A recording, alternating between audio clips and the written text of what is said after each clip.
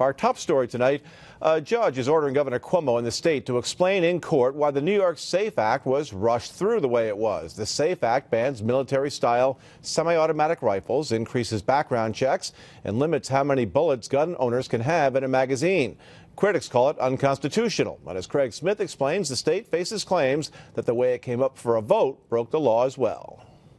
It began with Robert Scholes and more than 1,200 other people who believe lawmakers violated the state constitution with something called a message of necessity, an exception to the requirement that bills sit for 3 days before a vote. The SAFE Act was on their desks in the Senate for 20 minutes before they voted on it. After lawmakers passed the SAFE Act late one night in January, Governor Cuomo said waiting 3 days would allow a run on the very guns and ammunition the bill seeks to limit. Scholes and his group disagree with that reasoning, and today they got a judge to order a show cause hearing where lawmakers will have to tell the court why it should not issue an injunction to block implementation of the SAFE Act.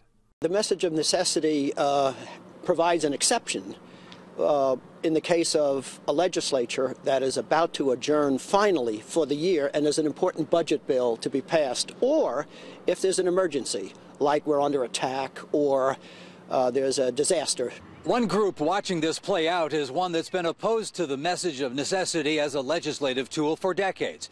But this time, the League of Women Voters won't be raising a strong objection. If any bill ever needed to be passed and put into effect immediately, it was the banning of the assault weapons and the high magazine capacity clips. This is not about the message of necessity. This is about the gun rights advocates and their attempt to stop this piece of legislation. The governor's office issued a one-sentence statement saying the governor believes there is nothing invalid or unconstitutional about the law nor the process.